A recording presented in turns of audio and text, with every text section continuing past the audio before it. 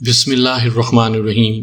سامعین کرام، آپ سن رہے ہیں ایک اردو کہانی زنجیر، جس کے مصنف ہیں شمیم نوید، اور یہ اس سلسلے کی قسط نمبر 10 ہے۔ مجھے امید ہے آپ کو میری یہ کاوش پسند آ رہی ہوگی۔ آپ نے اگر ابھی تک میرا چینل کہانی گھر سبسکرائب نہیں کیا تو ابھی میرے چینل کو سبسکرائب کر کے بیل نوٹیفیکیشن آن کر لیجئے، تاکہ آنے والی ہر نئی کہانی کی اطلاع بر وقت آپ تک پہنچ سکے۔ میری قسمت دیکھیے کہ اگلے ہی دن ابا جان کے نام ممبئی سے ایک دوست کا خط آیا۔ ان کے لڑکے کی شادی تھی اور انہوں نے ابا جان کو ممبئی آنے اور ان کے لڑکے کی شادی میں شرکت کرنے پر زور دیا تھا۔ وہ ابا جان کے لنگوٹیے یار تھے، مگر ابا جان کئی دن پہلے ہی شملہ جانے کا پروگرام بنا چکے تھے، سو قرعہ فال میرے نام نکلا۔ اندھا کیا چاہے دو آنکھیں، میں بخوشی راضی ہو گیا۔ یہ ایک پنتھ دو کاج والا معاملہ تھا۔ اسی دن میں نے مہندر کو بذریعہ تار پیغام بھیجا، شکار کا پروگرام طے ہو گیا ہے، 2 اگست کو مراد آباد پہنچو، شنکر۔ امی کو اس موقع پر ایک مرتبہ پھر اپنے بیٹے کی شادی یاد آ گئی۔ انہوں نے پھر ہنگامہ شروع کر دیا، مگر اب فی الحال تو یہ بات ٹل ہی گئی تھی۔ میں ان کی پریشانی پر ہنستا رہا۔ مجھے اگلے ہی دن ممبئی کے سفر سے متعلق مزید اطلاعات ملی تھیں۔ اطلاعات یا ہدایات یہ تھیں کہ بمبئی میں ہی مجھ سے میرے باقی کامریڈ آ ملیں گے۔ میں نے اس پر سالار اعظم سے کہا تھا بہتر ہوگا کہ اس مہم میں بھی میرے ساتھ وہی رفیق ہوں جنہوں نے امروہ مہم میں میرا ساتھ کام کیا تھا۔ اس پر مجھے جواب دیا گیا تھا کہ کس مہم میں کون شخص زیادہ مفید اور کارآمد ہوگا، اس کا فیصلہ کرنا سالار اعظم کی ذمہ داری ہے۔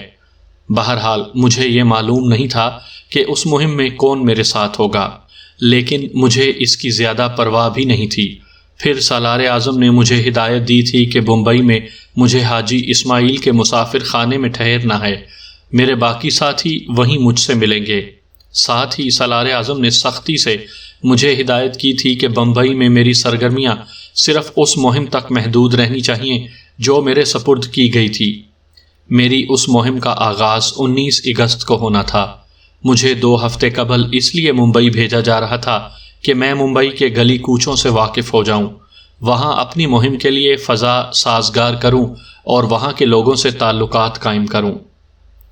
سالار اعظم نے مجھ سے یہ بھی کہا تھا کہ میں ممبئی میں اس قسم کے امداد اور تعاون کی توقع نہ کروں جو امروہے میں بعض مواقع پر مجھے فراہم کی گئی تھی۔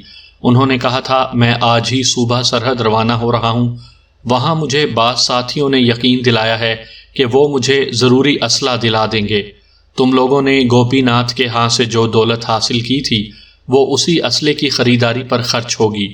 گویا آپ اس موقع پر ممبئی میں نہیں ہوں گے۔ میں نے کہا میرا خیال ہے کہ میں نے یہ بات بہت واضح طور پر بتا دی ہے۔ سالار اعظم نے کہا۔ میں خاموش ہو گیا۔ ظاہر ہے میرا سوال محض حماقت ہی تھا۔ اور سنو، یہ لو۔ سالار اعظم نے مجھے ایک بند لفافہ دیا۔ یہ لفافہ تمہیں عمر صوبانی کو پہنچانا ہے۔ عمر صوبانی؟ میں نے حیرانی سے کہا۔ وہی عمر صوبانی جو بمبئی کے تاجر ہیں اور دل کھول کر چندہ دیتے ہیں۔ ہاں وہی، سالار اعظم نے کہا۔ تم بمبئی پہنچتے ہی یہ خط انہیں پہنچا دینا۔ اس کے بعد تمہاری ان سے ملاقات مہم کی تکمیل کے بعد ہوگی۔ آپ نے مجھے ابھی تک اس مہم کی نوعیت نہیں بتائی۔ میں نے کہا اب میں وہی تمہیں بتانے جا رہا ہوں۔ 19 اگست کو پرنس آف ویلز جہاز سے بمبئی پہنچ رہا ہے۔ وہ اس کے بعد پورے ہندوستان کا دورہ کرے گا۔ آل انڈیا کانگریس، مسلم لیگ اور خلافت کمیٹی نے پرنس آف ویلز کے اس دورے کا مقاطع کرنے کا فیصلہ کیا ہے۔ یہ مہم اس مقاطعے کا آغاز ہوگی۔ کیا اس سلسلے میں آپ نے کانگریس، لیگ اور خلافت کمیٹی سے گفتگو کی ہے؟ سنو آفاق، سالار اعظم نے کہا، ہمارا کسی سیاسی پارٹی سے کوئی تعلق نہیں، کسی کمیٹی سے ہمارا کوئی رابطہ نہیں، ہمارا اور ان کا راستہ الگ ہے۔ ہماری تنظیم ان سے کوئی علاقہ نہیں رکھنا چاہتی، سالار اعظم نے کہا۔ اس وقت ہندوستان میں ہندو مسلم اتحاد کے بڑے چرچے ہیں، مگر یہ اتحاد مصنوعی ہے۔ یہ اتحاد سیاسی مصلحتوں کی بنا پر وجود میں آیا ہے، جلد یا بدیر اسے ٹوٹنا ہے۔ ہر چند کہ کانگریس ہندوستان کی سب سے بڑی پارٹی ہے، مگر اس کا بنیادی مزاج ہندو ذہنیت ہی کی عکاس ہے۔ چند دنوں کی بات ہے، اس کا یہ مزاج کھل کر سامنے آ جائے گا۔ میں جانتا ہوں کہ کانگریس کا مقصد اس کے سوا کچھ نہیں کہ ہندوستان کی اکثریتی آبادی کے افریت کو اس حد تک مضبوط کر دیا جائے کہ وہ ہندوستان کی اقلیتوں کو ہڑپ کر لے۔ مسلم لیگ ابھی تک ایک شیرخوار تنظیم ہے جو نوابوں اور جاگیرداروں کی آغوش میں پرورش پا رہی ہے۔ خلافت کمیٹی کا وجود آج نہیں تو کل بے معنی ہو جائے گا۔ ترکی کے حالات کا اونٹ جب بھی کسی کروٹ بیٹھا، حالات کی کف بردوش لہروں پر پیدا ہونے والا یہ بلبلا پھوٹ کر رہ جائے گا۔ سالار اعظم خاموش ہو گیا۔ پھر ہمیں کیا کرنا ہے؟ میں نے تمہیں بتایا نا کہ ہندوستان کی ان بڑی جماعتوں نے پرنس آف ویلز کے دورہ ہند کے مقاطے کا فیصلہ کیا ہے۔ ہم اس مقاطے کو عملی شکل دیں گے۔ پورے ہندوستان میں ہم اس موقع پر ہنگامے برپا کر دینا چاہتے ہیں، اور اس کا آغاز بمبئی سے ہوگا۔ ہاں، تمہیں بمبئی میں پرنس آف ویلز کی آمد کے موقع پر زبردست مظاہرے کا اہتمام کرنا ہے، ایسا مظاہرہ جس سے ہندوستان دہل اٹھے۔ اس کے بعد امین پارک میں ایک گھمبیر سناٹا پھیل گیا۔ میرا دل زور زور سے دھڑک رہا تھا۔ امین پارک سے واپسی پر میرے ذہن میں آندھیاں چل رہی تھیں۔ میرے تصور میں بھی یہ بات نہیں آ سکتی تھی کہ سالار اعظم اس نوعیت کی مہم میرے سپرد کر دیں گے۔ سوت ندی کے پل کی تباہی ایک مختلف بات تھی، وہاں ایک متعینہ ہدف تھا، اور میں یہ جانتا تھا کہ اس مہم میں مجھے کتنے ساتھیوں کی مدد حاصل ہے۔ لیکن پرنس آف ویلز کی آمد کے موقع پر بمبئی میں ایک مظاہرے کا اہتمام کرنا قطعی مختلف بات تھی۔ اس مہم میں جو ہدف مقرر کیا گیا تھا اس کا تعلق سراسر انسانی نفسیات سے تھا۔ اس قسم کے مظاہروں سے قبل لوگوں کے جذبات کو محبت اور نفرت کی آگ پر انگیخت کرنا ضروری تھا۔ انہیں ایک بڑے مقصد کی روشنی دکھا کر، آس دلا کر جوش میں لانا ضروری تھا، تاکہ وہ جذبات کا ایک ایسا کھولتا ہوا لاوا بن جائیں جو زمین کے تمام طبقات توڑتا ہوا ابل پڑتا ہے۔ یہ ٹھیک ہے کہ اس وقت ہندوستان میں چلنے والی مختلف تحریکوں کے سبب اس مقصد کے لیے فضا سازگار ہو چکی تھی۔ لوگوں میں برطانوی حکومت کے خلاف اشتعال تھا، مگر اس اشتعال، اس نفرت اور اس آگ کو ایک مخصوص رخ پر موڑنے کے لیے ضروری تھا کہ وہ شخص جو یہ کام کرے وہ وہاں کے لوگوں میں جانا پہچانا ہو، لوگ اس پر اعتماد کرتے ہوں۔ یہ کام بمبئی ہی کا کوئی شخص جتنی آسانی سے کر سکتا تھا، میں نہیں کر سکتا تھا۔ بمبئی ہر اعتبار سے میرے لیے ایک اجنبی اور انجانا شہر تھا۔ میں وہاں کے گلی کوچوں سے ہی واقف نہ تھا، بلکہ وہاں کے لوگوں سے بھی ناواقف تھا، ان کے مزاج اور نفسیات سے ناآشنا تھا۔ میں نے اس بارے میں سالار اعظم سے کہا بھی تھا تو انہوں نے جواب دیا تھا، انگریزی کی ایک مثل ہے، اسے یاد رکھو، Where there is a will, there is a way، یعنی یہ کہ اگر تمہارا عزم راسخ ہے تو اس کی تکمیل کی راہیں خود بخود کھل جاتی ہیں۔ اس جواب پر میں اس وقت تو خاموش ہو گیا، ظاہر ہے خاموش ہی ہونا تھا۔ میں اس کے جواب میں اگر کچھ کہتا تو مطلب یہی ہوتا کہ میرا عزم متزلزل ہے، جبکہ حقیقت یہ نہ تھی۔ میں پوری دیانتداری اور خلوص عزم کے ساتھ اس مہم کو تکمیل تک پہنچانا چاہتا تھا۔ اس وقت جب کہ میں امین آباد پارک سے واپس آ رہا تھا، میرا ذہن مسلسل اسی ادھیڑ بن میں مصروف تھا کہ بمبئی میں اس مہم کی تکمیل کے لیے مجھے کیا لائحہ عمل تیار کرنا چاہیے، وہاں کے لوگوں میں اس مختصر سے عرصے میں کس طرح گھل مل جانے کی سبیل پیدا کرنی چاہیے۔ فی الحال میرے پاس اس مقصد کو حاصل کرنے کے دو ذریعے ہو سکتے تھے۔ پہلا ذریعہ عمر صوبانی بن سکتے تھے، جو بمبئی کے بہت بڑے مسلمان تاجر تھے، جن کی دریا دلی کے افسانے زبان زد خاص و عام تھے۔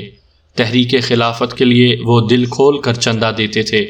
مجھے عمر صوبانی کو سالار اعظم کا خط پہنچانا تھا، مگر سالار نے یہ شرط لگا دی تھی کہ خط دینے کے بعد میں ان سے دوسری ملاقات مہم کی تکمیل کے بعد کروں گا۔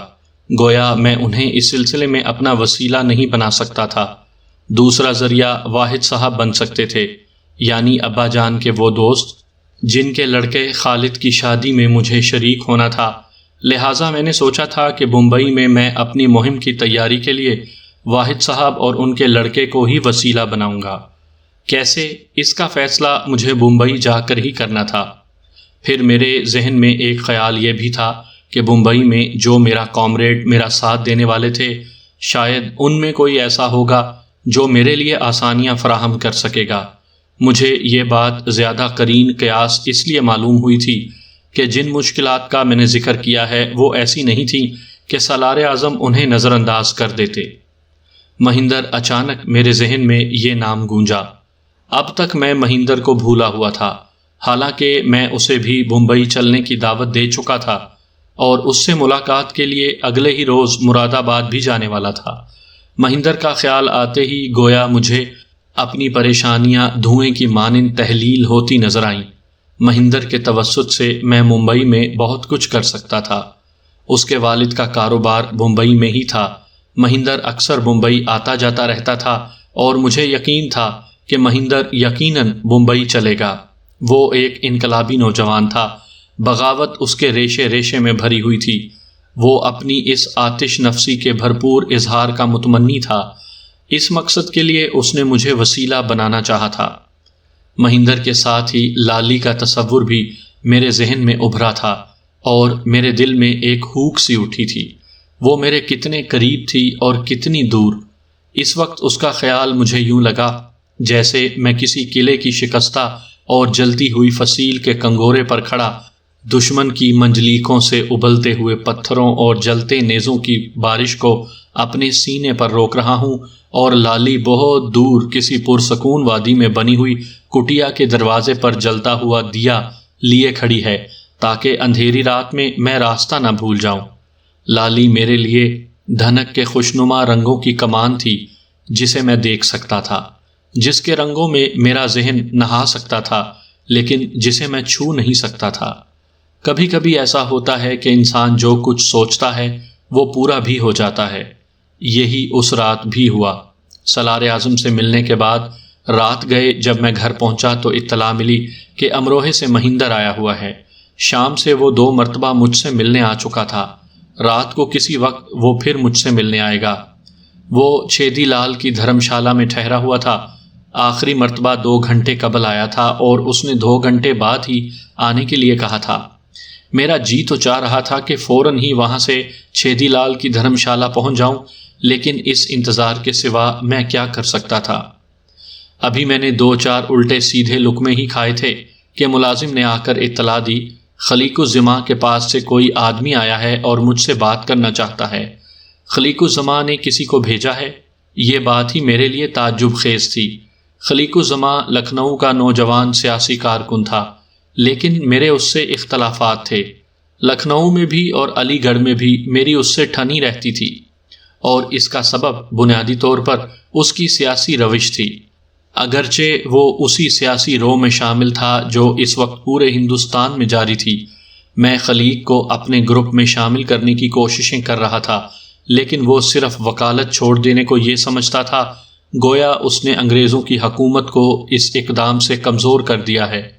وہ ایک پرجوش نوجوان تھا، لیکن اس کا جوش اور جذبہ خود اپنے آپ ہی کو کھائے جا رہا تھا۔ وہ ایسا طوفان تھا جس میں وہ خود ہی ہچکولے کھا رہا تھا۔ میں جب بھی اسے انگریزوں کے خلاف مسلح بغاوت یا سبوتاژ کی مہم چلانے کی بات کرتا، وہ ہمیشہ یہ کہہ کر کنی کترا جاتا، میں خلافت کمیٹی اور کانگریس کی پالیسیوں سے انحراف نہیں کر سکتا۔ میری سمجھ میں نہیں آتا خلیق، میں نے ایک مرتبہ خلیق الزماں سے کہا تھا، مجھے یہ بتاؤ کہ ملازمتیں چھوڑنے یا تعلیمی اداروں کا مقاطع کرنے سے تم لوگ کس طرح انگریزوں کو ہندوستان سے نکال سکتے ہو؟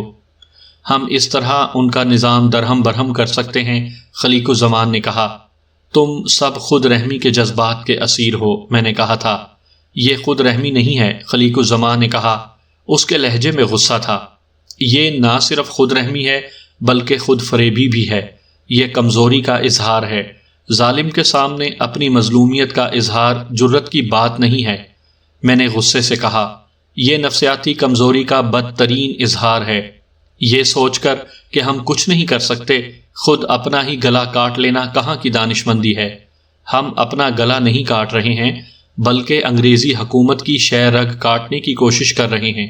خلیق الزماں نے کہا، یہی خود فریبی ہے خلیق۔ میں نے کہا، انگریزوں کے چنگل سے چھٹکارا حاصل کرنا ہے تو ہمیں امریکہ کی طرح آزادی کی جنگ لڑنی ہوگی۔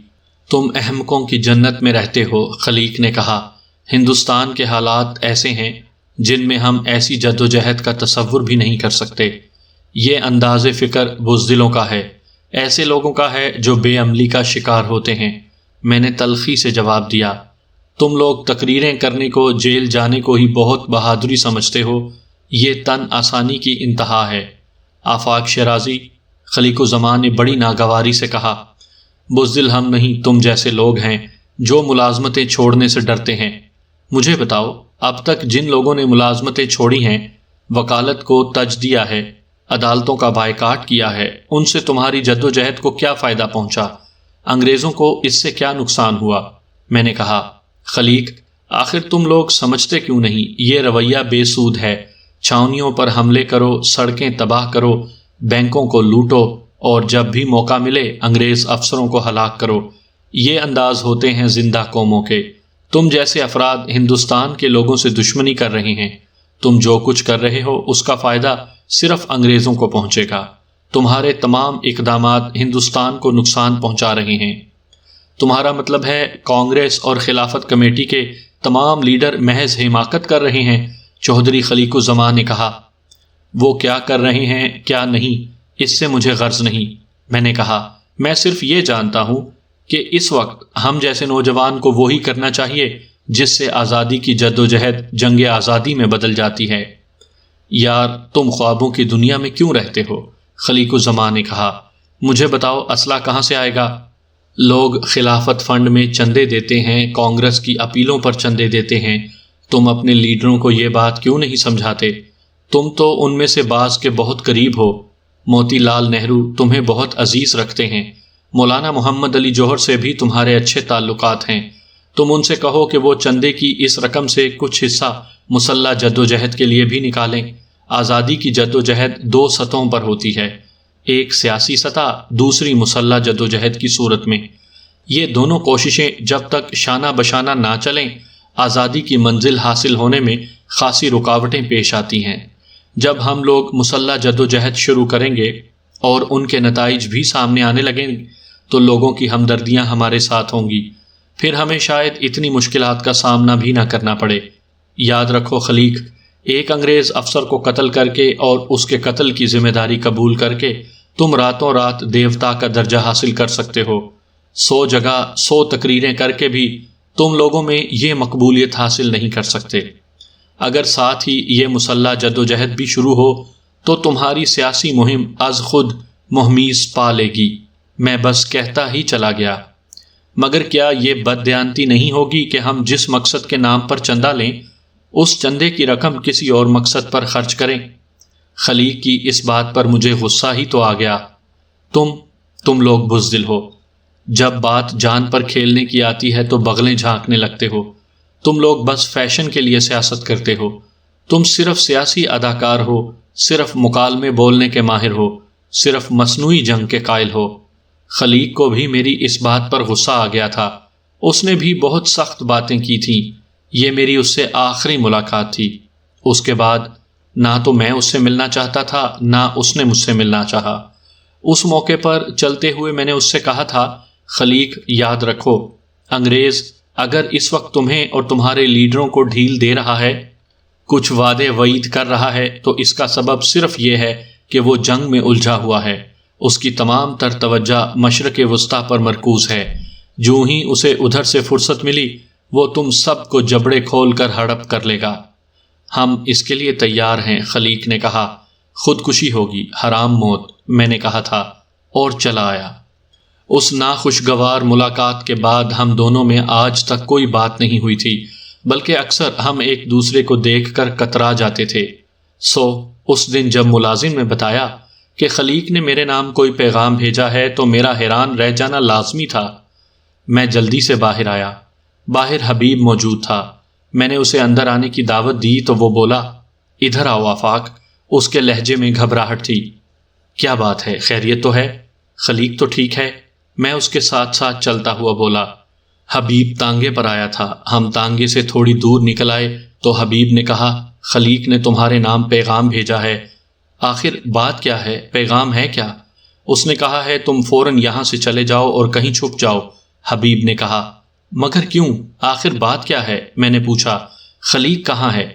خلیق اس وقت راجہ صاحب محمودہ آباد کے ہاں ہے، حبیب نے سرگوشی میں کہا۔ وہیں سے اس نے مجھے اطلاع بھجوائی ہے کہ میں تمہیں بتاؤں کہ تم خطرے میں ہو۔ مراد آباد اور امروہے سے پولیس پارٹیاں آئی ہیں، آج رات کسی وقت بھی چھاپا پڑ سکتا ہے۔ میں نے کیا کیا ہے؟ میں نے حبیب سے سوال کیا۔ مجھے اس سے زیادہ کچھ معلوم نہیں۔ تمہیں تو پتہ ہی ہے کہ حکومت ان دنوں کچھ زیادہ ہی سنک گئی ہے، دھڑا دھڑ گرفتاریاں ہو رہی ہیں، حبیب نے کہا تھا۔ مگر میرا سیاست سے کیا تعلق؟ مراد آباد امروہے سے کیا تعلق؟ میں نے اپنا اصرار جاری رکھا۔ میں کیا کہہ سکتا ہوں؟ حبیب نے کہا۔ تمہیں یہ پیغام پہنچانا میرا کام تھا، آگے تم جانو تمہارا کام۔ خلیق راجہ صاحب کے ہاں سے کب آئے گا؟ میں نے پوچھا۔ شاید اتنی دیر میں کہ پھر تم پولیس کے چھاپے سے نہ بچ سکو، اسی لیے اس نے تمہیں پیغام بھجوایا ہے، ورنہ وہ خود ہی آتا، حبیب نے کہا۔ اچھا اب میں چلتا ہوں، یہ کہہ کر وہ تانگے کی طرف بڑھا۔ میرا خیال تو یہی ہے کہ تم فوراً یہاں سے رفو چکر ہو جاؤ۔ ٹھیک ہے، خدا حافظ، میں نے کہا۔ حبیب تانگے میں سوار ہو گیا۔ تھوڑی دیر میں تانگا دور چلا گیا اور میں حالات کی اس نئی کروٹ پر غور کرتا رہا۔ یہ اطلاع بہت پریشان کن تھی۔ اس اطلاع کے صحیح ہونے کا یقین اس لیے تھا کہ خلیق نے یہ پیغام راجہ صاحب محمود آباد کے ہاں سے بھجوایا تھا، جو ان دنوں ہوم ممبر تھے۔ خلیق کو یہ اطلاع یقیناً وہیں سے ملی ہوگی اور اس نے فوراً ہی مجھے اس سے آگاہ کرنا ضروری سمجھا تاکہ میں مہلت سے فائدہ اٹھاتے ہوئے اپنے بچاؤ کی کوئی صورت نکال سکوں۔ میری سمجھ میں یہ بات نہیں آ رہی تھی کہ آخر وہ کیا اسباب ہیں جن کی بنا پر پولیس میرے پیچھے لگی تھی۔ وہ کون تھا جس نے میری نشاندہی اس انداز میں کی کہ امروہے اور مراد آباد سے پولیس پارٹیاں میری گرفتاری کے لیے لکھنؤ آ پہنچی تھیں۔ پھر مجھے یہ بھی معلوم نہیں تھا کہ پولیس امروہے میں میری مختلف سرگرمیوں میں سے کس واردات کے سلسلے میں میرے پیچھے پڑی ہے۔ یہ تمام سوالات یکے بعد دیگرے میرے ذہن میں چمگادڑوں کی طرح پھڑ پھڑائے تھے، مگر ان میں سے کسی سوال کا جواب میرے پاس نہیں تھا۔ پھر اچانک ہی میرے ذہن میں ایک جھماکا ہوا۔ مہندر، تو کیا مہندر نے میرے بارے میں مخبری کی ہے؟ میرے ذہن نے اس سوال کا جواب اثبات میں دیا۔ آج ہی مہندر یہاں پہنچا تھا اور آج ہی پولیس میرے گھر چھاپا مارنے والی تھی۔ میرے دل نے ذہن کے اس فیصلے کو قبول نہیں کیا تھا، پھر بھی دل زخمی سا ہوا۔ شکوک اور وسوسوں کے کئی تیر دل میں پیوست ہو گئے۔ ایک خوبصورت آئینہ تھا کہ کرچی کرچی ہو گیا۔ بہرحال اب مجھے فوراً گھر چھوڑ دینا تھا۔ میں پولیس کے ہتھے نہیں چڑھنا چاہتا تھا۔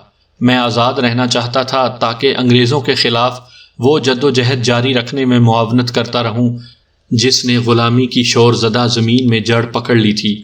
میں جد و جہد آزادی کے نخل تازہ کی آبیاری چاہتا تھا، مگر اس مرحلے پر میں اس نخل تازہ کی حفاظت کے لیے اپنی زندگی ضروری سمجھتا تھا۔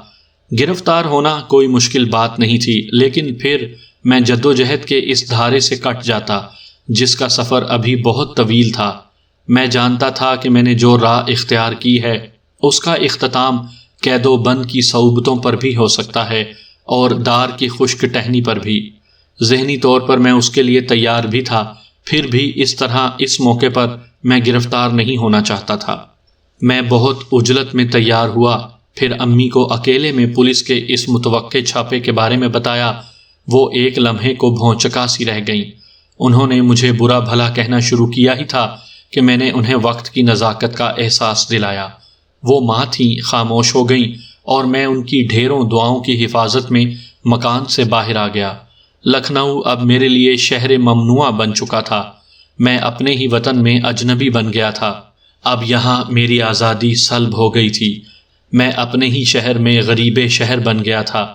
اگر مہندر لکھنؤ نہ آ گیا ہوتا تو میں اسی وقت لکھنؤ سے نکل جاتا، مگر میں مہندر سے بھی ملنا چاہتا تھا۔ مہندر کسی وقت بھی میرے گھر آ سکتا تھا، لہٰذا میں نے چھیدی لال کی دھرم شالہ کی طرف جانے کا ارادہ ترک کر دیا اور منصور کے گھر کی طرف چل دیا۔ منصور میرا لنگوٹیا یار تھا۔ وہ ایسے لوگوں میں سے تھا جن کی دوستی بہت ہی بڑا سرمایہ ہوتی ہے اور جو ہر مصیبت میں دوستوں کے کام آتے ہیں۔ اس کا گھر میرے گھر کے قریب ہی تھا۔ میں اس کے گھر کی بیٹھک سے اپنے گھر کے دروازے پر نظر بھی رکھ سکتا تھا۔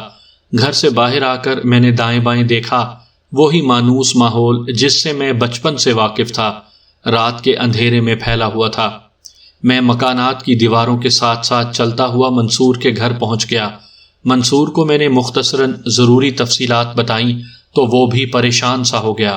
میرا اندازہ درست تھا، ابھی مجھے یہاں آئے 10 منٹ بھی نہ گزرے ہوں گے کہ مہندر کو میں نے اپنے گھر کی طرف بڑھتے دیکھا۔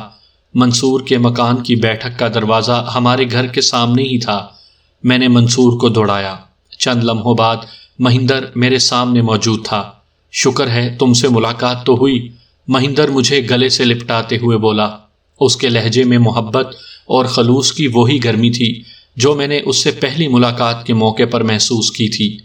آخر بات کیا ہے؟ تمہیں تو کل مراد آباد پہنچنا تھا، میں نے پوچھا۔ بات ہی ایسی تھی کہ مجھے سیدھا یہیں آنا پڑا، مہندر نے کہا۔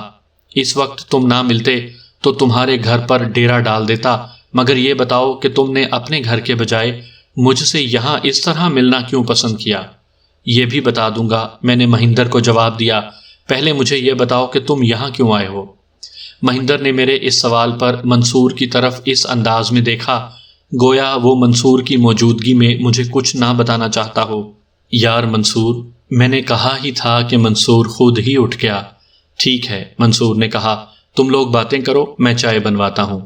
چائے وغیرہ کا تکلف چھوڑو، میں نے منصور سے کہا، میرا خیال ہے کہ تم خلیق کے گھر چلے جاؤ، وہ گھر پر ہو تو اس سے کہنا کہ میں رات ہی میں اس سے کسی وقت ملوں گا، اگر وہ گھر پر نہ ہو تو اس کے گھر پر کسی کو یہ پیغام دے دینا۔ میرا خیال تھا چائے وغیرہ تو پی ہی لیتے، کیوں مہندر صاحب؟ چائے پھر کبھی سہی، یار زندہ صحبت باقی، مہندر ناتھ نے جواب دیا۔ اچھا تو میں چلتا ہوں، منصور نے کہا، میں سائیکل پر جاؤں گا، 10-15 منٹ میں واپسی ہوگی۔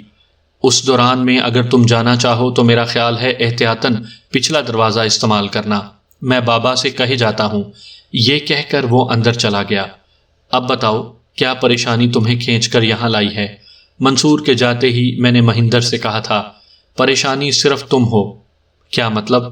مجھے کل ہی اطلاع ملی تھی کہ پولیس کو تمہاری تلاش ہے، مراد آباد سے ایک پارٹی تمہاری گرفتاری کے لیے یہاں آنے والی ہے، بلکہ میرا خیال ہے یہاں آ بھی چکی ہے۔ میں نے سوچا کہ فوراً یہاں پہنچ کر تمہیں خبردار کروں۔ شکر ہے میں بر وقت یہاں پہنچ گیا، مہندر نے مجھے بتایا۔ مگر یار، میں نے کہا، میری سمجھ میں یہ نہیں آیا کہ آخر میری نشاندہی کس نے کی ہے؟ میں نے بھی یہ بات معلوم کرنی چاہی تھی، مہندر نے جواب دیا۔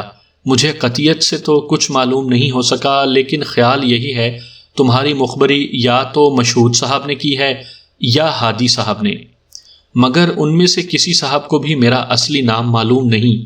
ہو سکتا ہے، مہندر نے کہا، بہرحال تمہاری نشاندہی خان بہادر شیرازی صاحب کے لڑکے کی حیثیت سے کی گئی ہے، اس کا مطلب یہی ہوتا ہے کہ اسے بھی تمہارا نام معلوم نہیں تھا۔ مگر یار، میں نے کہا، ہادی صاحب مجھے ایسے آدمی معلوم نہیں ہوتے۔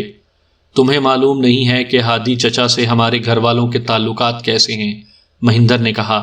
مجھ سے اور لالی سے وہ بالکل اپنے بچوں کی طرح محبت کرتے ہیں، اور لالی تو ان کی منہ بولی بیٹی ہے۔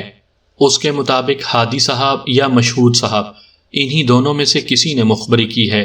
مہندر کی گفتگو سے شک کا وہ کانٹا میرے ذہن سے نکل گیا جو تھوڑی دیر پہلے تک میرے دل میں چبھا ہوا تھا۔ میں نے پوچھا، اکیلے ہو یا لالی بھی آئی ہے؟ وہ بھی ساتھ ہے، دھرمشالہ میں ٹھہری ہوئی ہے۔ اسے بھی لے آتے شام کو میرے گھر، میں نے کہا۔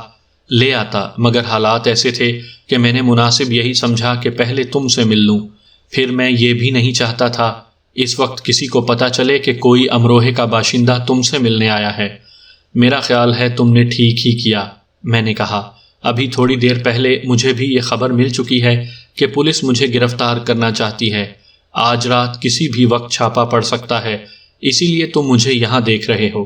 اب خلیق سے ملنے کے بعد ہم رات ہی کو لکھنؤ چھوڑ دیں گے، بمبئی ہماری منزل ہے۔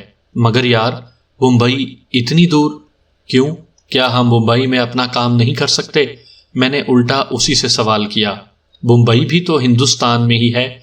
مجھے کچھ یوں لگ رہا ہے جیسے اب تم لوگ صنعتی مزدوروں میں کام کرنا چاہتے ہو، مہندر نے کچھ خوابیدہ لہجے میں کہا۔ یہ میرا خیال بلکہ یقین ہے کہ ہم صنعتی اور کاروباری زندگی مفلوج کر کے ہی اس غیر ملکی حکومت کو جھکا سکتے ہیں۔ فی الحال اس سے بھی بڑا اور اہم کام درپیش ہے، میں نے کہا۔ اچھا، اب تم دھرمشالہ جاؤ، خلیق سے ملنے کے بعد میں تمہیں اطلاع دوں گا کہ ہم کس وقت یہاں سے روانہ ہوں گے۔ ابھی میں نے اپنی بات ختم ہی کی تھی کہ بیٹھک کے باہر مجھے غیر معمولی سرگرمیاں محسوس ہوئیں۔ میں نے کھڑکی سے جھانک کر دیکھا، سامنے ہمارے گھر کو جانے والی گلی کے نکڑ پر 2 تانگے رکے تھے جن میں پولیس کے مسلح سپاہی بھرے ہوئے تھے۔ مہندر بھی میرے ساتھ ہی آ کھڑا ہوا تھا۔ اب کیا ہوگا؟ مہندر نے سرگوشی میں مجھ سے پوچھا تھا۔ ہوگا کیا، پوچھ پاچھ کر چلے جائیں گے، میں نے جواب دیا۔ گھر سے یہی جواب دیا جائے گا کہ میں 12 بنکی گیا ہوا ہوں۔ اسی وقت منصور بھی واپس آ گیا تھا اور وہیں کھڑا ہو گیا تھا۔ ایک تانگے سے 5 پولیس والے اترے تھے اور پھر دونوں تانگے آگے چلے گئے تھے۔ پولیس کی وہ جماعت وہیں ٹھہر گئی تھی۔ ان سب کی نظریں منصور کی بیٹھک پر لگی ہوئی تھیں جہاں اس وقت میں اور مہندر تھے۔ لگتا تھا انہیں میرے گھر سے دلچسپی نہیں تھی۔